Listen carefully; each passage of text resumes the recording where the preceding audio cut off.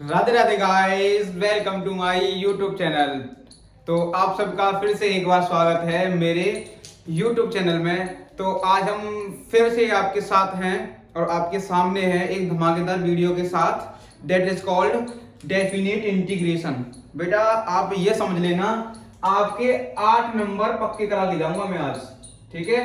12th वालों, आपके 8 number पक्के हैं, ठीक है। आपका 101% एक क्वेश्चन आएगा और उस क्वेश्चन को मैं बता के जाऊंगा इधर, ठीक है बेटा। तो आइए हम शुरू करते हैं अपनी आज का ये लेक्चर।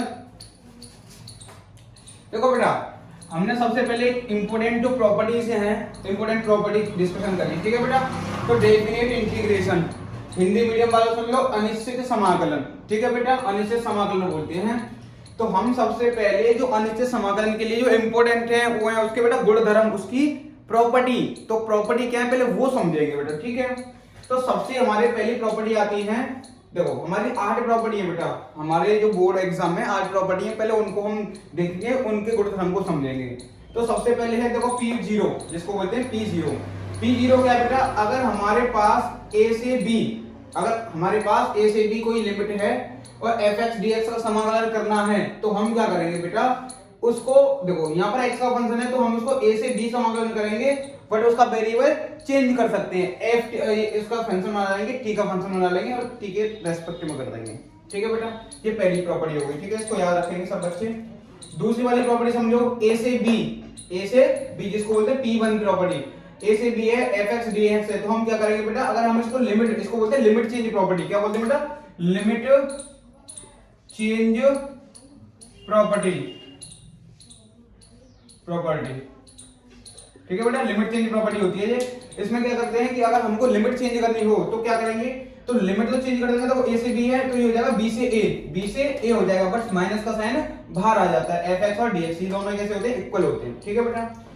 तीसरी प्रॉपर्टी समझो, जिसको बोलते हैं P2 प्रॉपर्टी। a से c है, ठीक है, a से c है, fx और dx है, तो हम क्या करेंगे बेटा, इसको हम डिवाइड कर करके हम इसको लिख सकते हैं। कैसे, पहले a से b इंटीग्रेशन करेंगे fx का x के रेस्पेक्ट में, प्लस फिर करेंगे b से c fx और dx। क्योंकि बेटा a और c के बीच में b आता है ना, तो पहले b तक करेंगे फिर b से c तक करेंगे, ठीक है बेटा। तीसरी मतलब चौथी प्रॉपर्टी समझो, जिसको बोलते हैं P4 property, sorry P3 property. अगर a से b है, fx और dx है, तो हम क्या करते हैं बेटा, बहुत इंपॉर्टेंट है, ध्यान रखना। ये दोनों प्रॉपर्टी को मैं बोलूंगा किंग प्रॉपर्टी, इसको तो किंग बोलेंगे और इसको क्यून बोलेंगे भाई, ठीक है, बहुत इंपॉर्टेंट है ये। अगर a से b fx dx है, तो हम क्या करेंगे बेटा, इन दोनों लिमिट को इसमें ऐड कर देंगे और वेरिएबल को घटा देंगे, तो ये दोनों कैसे हो जाएंगे, इक्वल हो जाएंगे।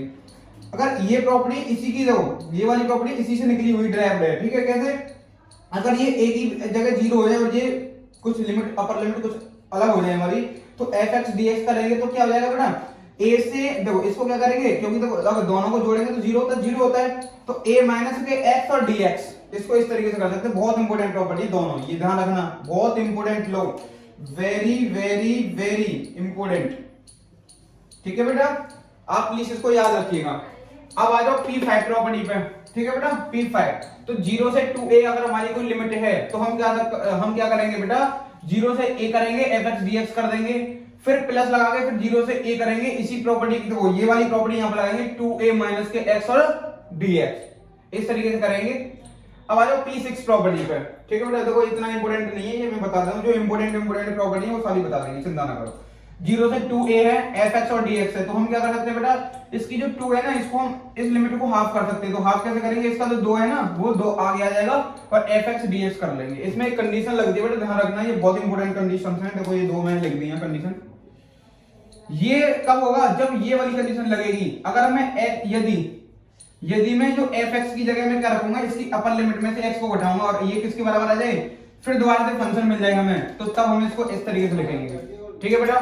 अगर हमको ऐसा हो जाए कि इस मतलब ये कंडीशन लगाने पर हमें माइनस के fx मिल रहा हो, तो फिर हमारा इंटीग्रेशन क्या हो जाएगा, इसका डायरेक्ट 0 हो जाएगा बेटा। इंटीग्रेशन क्या हो जाएगा इसका, डायरेक्ट 0 हो जाएगा, ठीक है। आई होप आपको ये समझ में आ जाएगी मेरी बात है, ठीक है।